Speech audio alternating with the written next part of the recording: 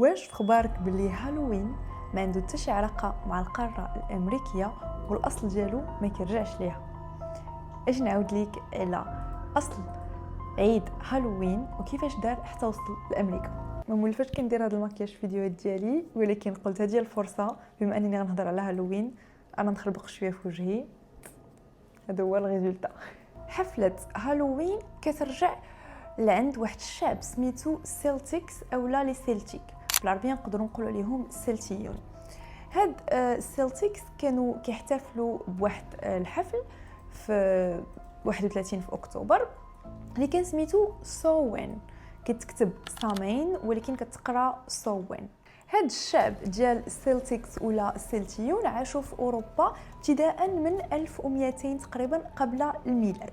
في الاول كانوا عايشين في اوروبا المركزيه وفي شمال فرنسا، ومن بعد تفرقوا شويه على اوروبا كامله، مشاو شويه لسويسرا، شويه لالمانيا، شويه لبريطانيا وليغلاند من بعد، وايضا شمال ايطاليا.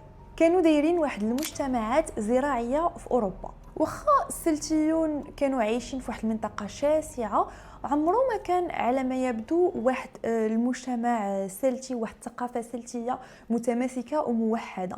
كانوا عايشين في اقاليم، وكل اقليم كان واخد الاستقلاليه ديالو، لا من حيث الثقافه والمعتقدات والتقاليد، وحلا ايضا من السياسه، يعني ما كانش واحد السياسه مركزيه ديال السلتيون. فكانوا عايشين باستقلاليه حتى من بعد تم يعني الادخال ديالهم في ديك الثقافات الاوروبيه اللي جات من بعد.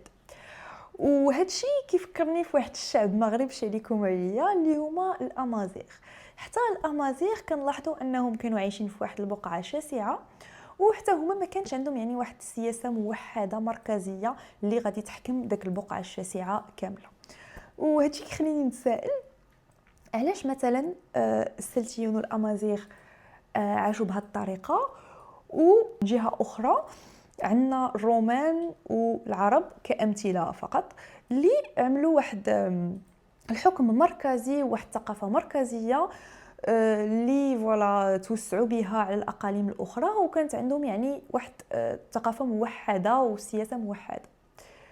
الجواب على هذا السؤال ربما هي الامبرياليه، جزء من الجواب، ولكن هذا الموضوع مزيان قولوا لي في التعليقات واش بغوني نهضر عليه، خصو فيديو بوحدو.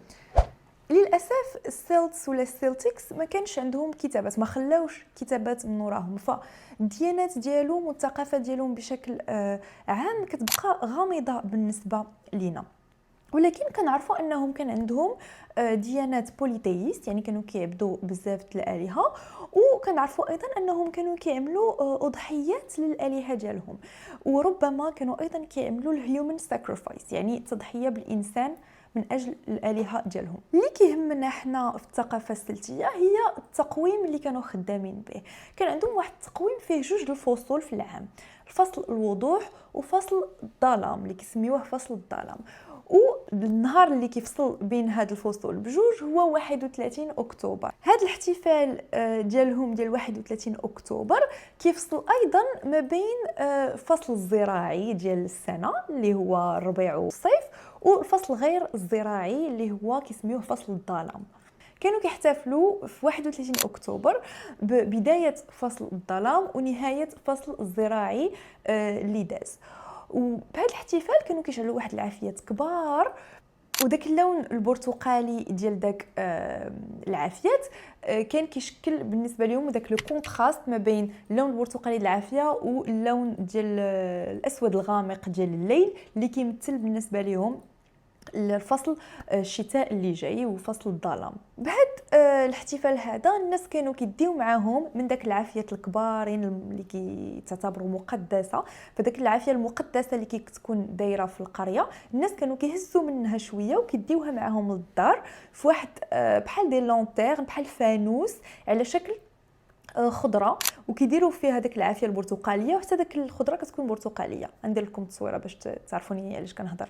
من الاعتقادات ديال السيلتيكس في هذا الاحتفال ان في هذه الليله، هذه الليله المقدسه، كان الباب ما بين الباب اللي كيكون ما بين عالم الاحياء وعالم الاموات كيكون محلول، فالجنون والشياطين والاموات يقدروا يغتنموا الفرصه ويجيو يدخلوا لعالم الاحياء، ويا اما يديروا شي حاجه خايبه للناس اللي عايشين ولا شي حاجه بحال هكا.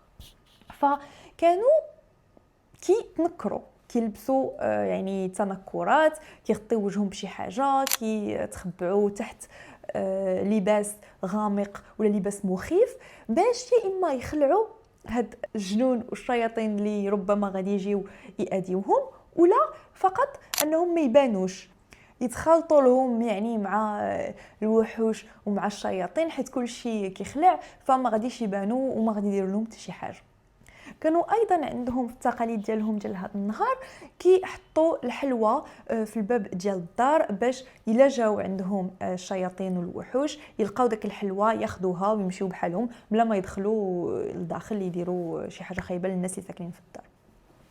مع الوقت حاجه داك الحلوى كانت كتبقى تما وعمره ما كياخذها شي واحد، فبقاو الناس هما براسهم كيمشيو كيدوروا على الديور وكيهزوا شويه د الحلوى من عند كل دار. من هنا جات الفكره ديال تريك اور تريتس.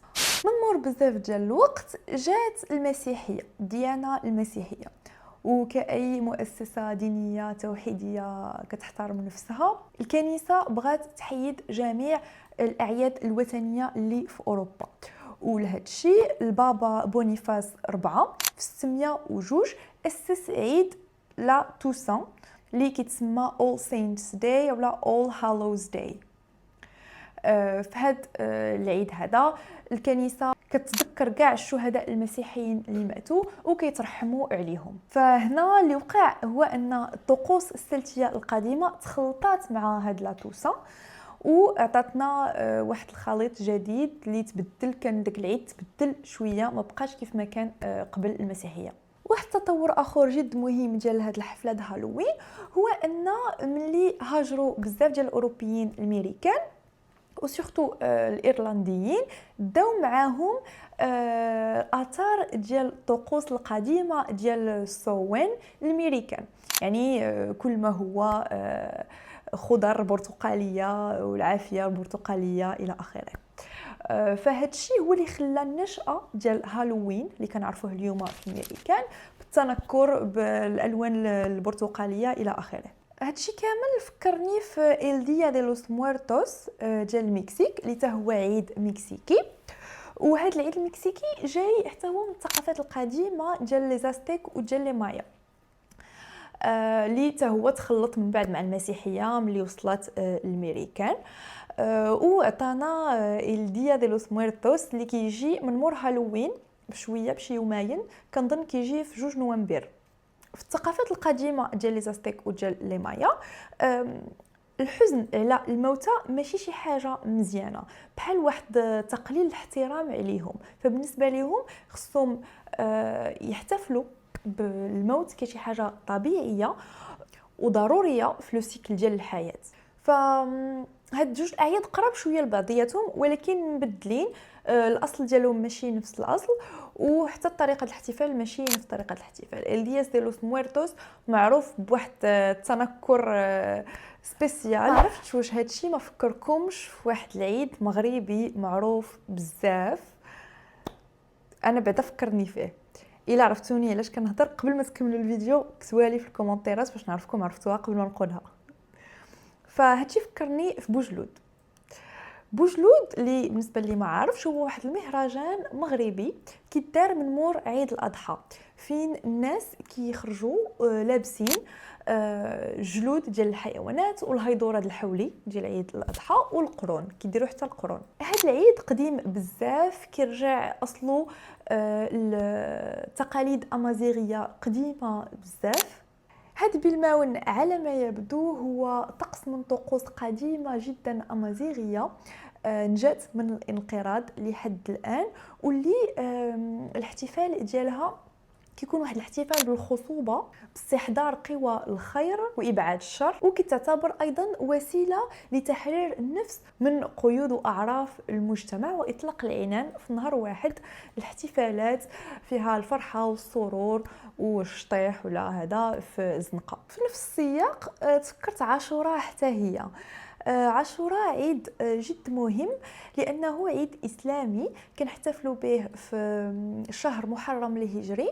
عند الشيعة هذه ذكرى اغتيال الإمام الحسين رضي الله عنه. فالشيعة كي عندهم واحد الطقوس جد غريبة شيئا ما ديال جلد الذات لاستشهاد الإمام الحسين. وعند السنة هذا عيد ديال البركة وذكرى في محرم اللي كنحتفلوا بها. ولكن في المغرب عاشوراء عندها واحد البعد آخر.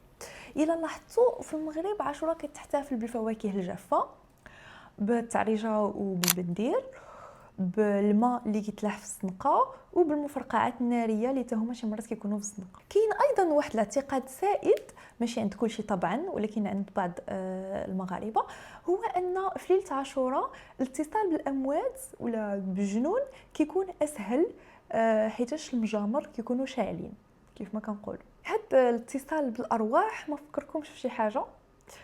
انا فكرني في نفس العيد اللي هضرنا عليه في الاول اللي هو سوين عند السيلتس.